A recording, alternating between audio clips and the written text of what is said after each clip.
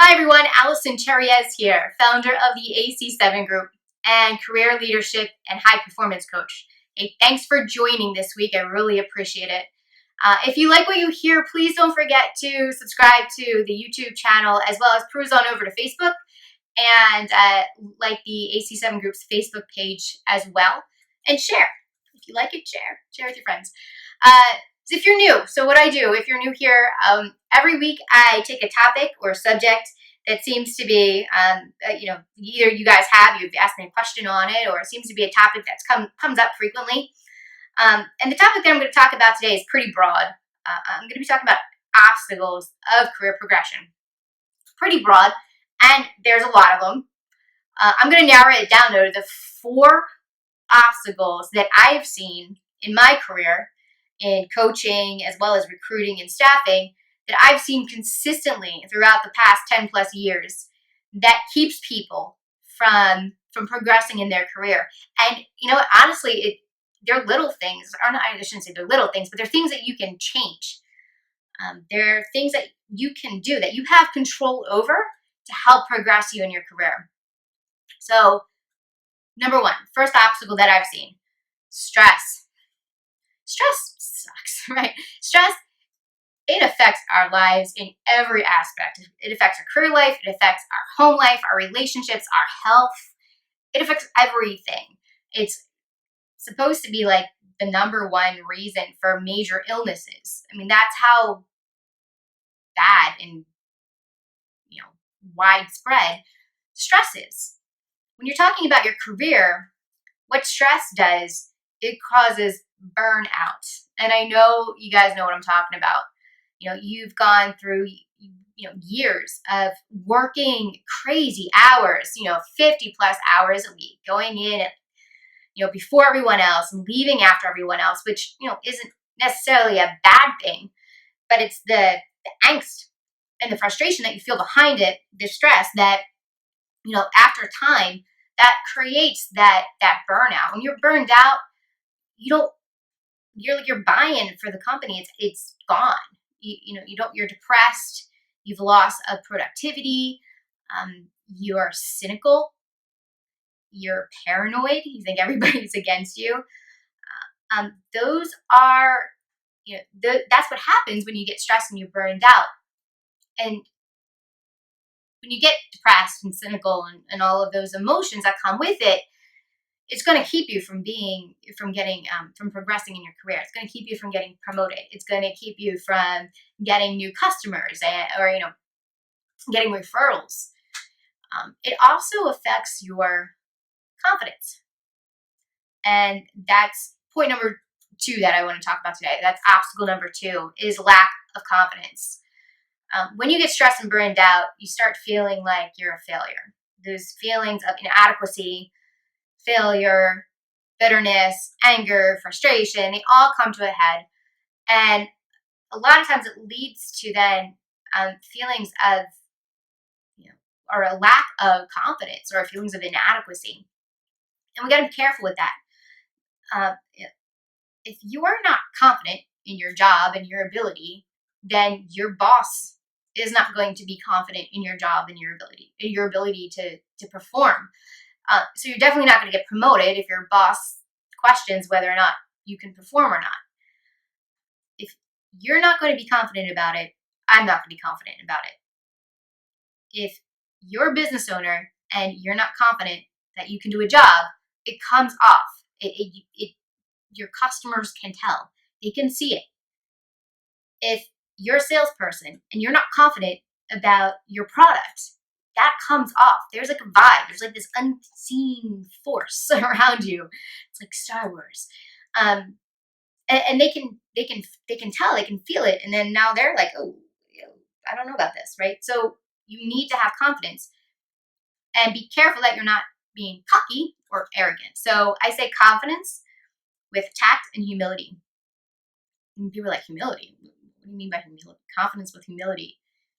Confidence with humility is when you recognize that you don't currently have the skills or the knowledge or the experience to do something, but you are more than willing and you are 100%, 110% committed to learning how to do something or how to gain the skills, to gain the experience, to gain the knowledge that you need to be successful in XYZ.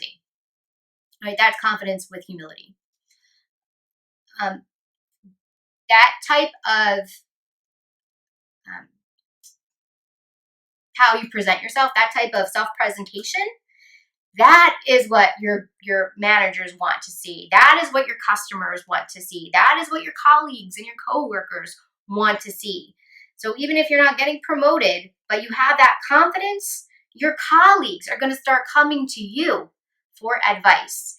And you're going to start becoming that indirect leader, that mentor. Not every good leader necessarily has a title, but they're recognized in the company more than you know. All right, so lack of confidence is number 2. Number 3, poor communication. Now, there are many theories to why there's such poor communication in today's business world, in today's business environment, in the marketplace. A lot of it points to the new generation coming in. And I can't even say it's the new generation coming in because I know old schoolers that have poor communication as well. But some of the theory is that our our decreased need to be face to face with people is creating this decreased ability to communicate face to face with people. So we have technology, right? So I love technology. Don't get me wrong. I'm not bashing technology. Technology is what's bringing me to you right now. However, if we're not diligent and we're not intentional about keeping our verbal communication up to par, then we're going to lose it, right? If you don't use it, you lose it. So we still need to get out there. We still need to be face to face with folks, whether that's in your job. If you're, behind a desk all day and you don't get to be face to face with folks, then make it intentional. Like that when you're not behind your desk, that if you're out and about in your daily life, that you are practicing skills on communicating with somebody face to face. This could be eye contact. This could be body language. This could be as simple as putting down your phone and actually being present with people. You may need to practice that because that may not be in your daily life right now. And that's just kind of the way our world is evolving at the moment. I'm not saying it's good or bad, but if you want to have that effectiveness when you're communicating with somebody verbally in today's marketplace, it's something that we need to practice. Well, it's something that we really need to practice. We needed to practice all along, but now more than ever. Written communication. Again, theory is that the incoming generation, and again, I'm not saying the incoming generation because I know old schoolers that do this, but they don't know how to write.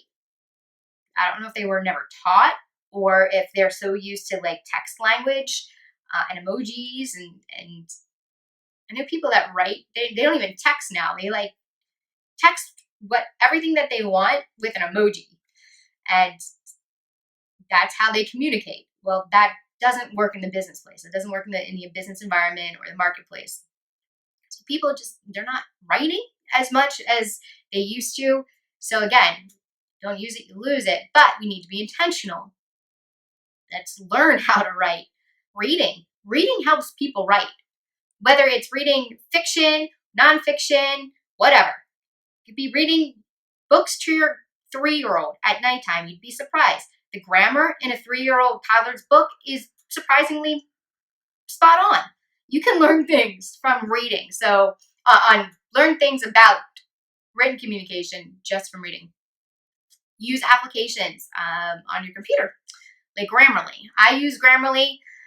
Pros and cons with Grammarly, it takes up a lot of memory, so sometimes I have to disable it when I'm not using it. But if I've got something important to write or something big that's going out and I need to be professional, I am putting Grammarly on. It tells me where my grammar mistakes are, spelling mistakes.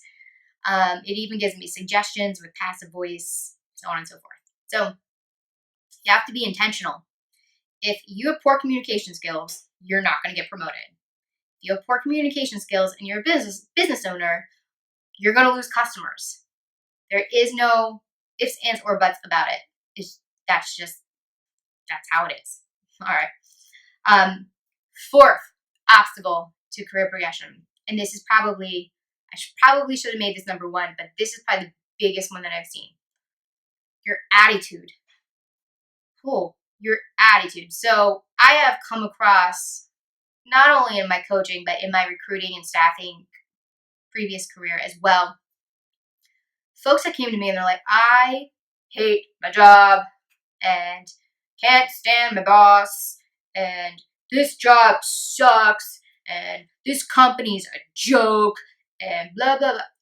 That attitude, man, I was like, whoa, of course you're not getting promoted because you sound like Eeyore on steroids is what you sound like.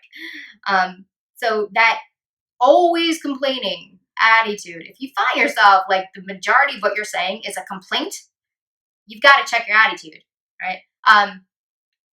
That victim mentality, oh, dude, that gets old and it's annoying. And people with a victim mentality, me personally, like, I just want to tune you out. I don't even want to talk to you. The lack of accountability with folks today is astounding.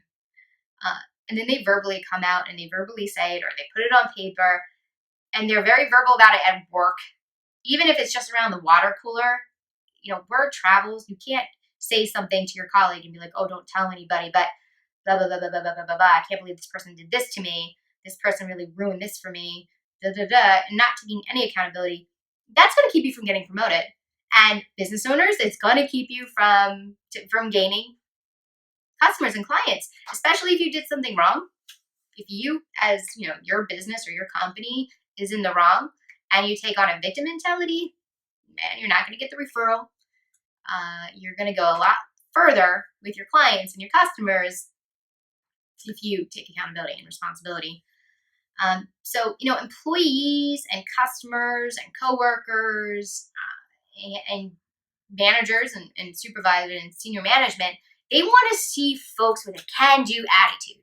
Somebody that's willing to come in, and I'm not saying be happy, bright, shiny sunshines every single day. I mean, that's high expectations, but generally speaking, having that I can do it attitude, or I can learn to do it attitude, or let me help you attitude, or what can I do what can I do to take load off you?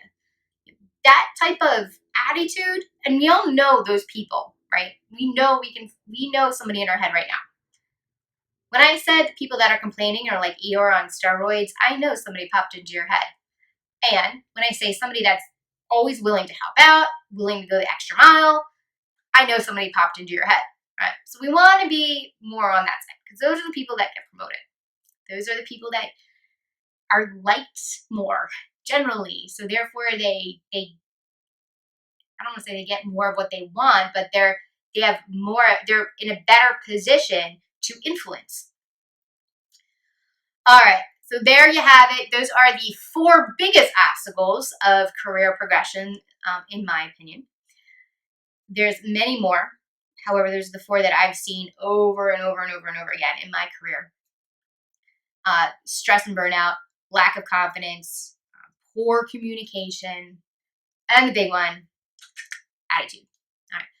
Luckily, these are things that you can change. These are in your power to change. They're not things that are going to change overnight. However, you need to be intentional. They can change. So there is hope. You can change it. There is hope out there for you.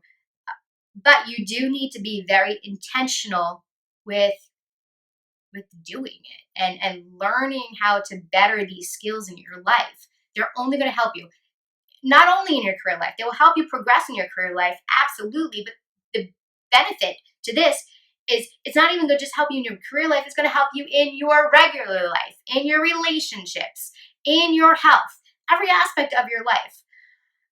And when every aspect of your life is starting to gel and starting to flow, that's going to make it even better. That's going to, catapult it exponentially.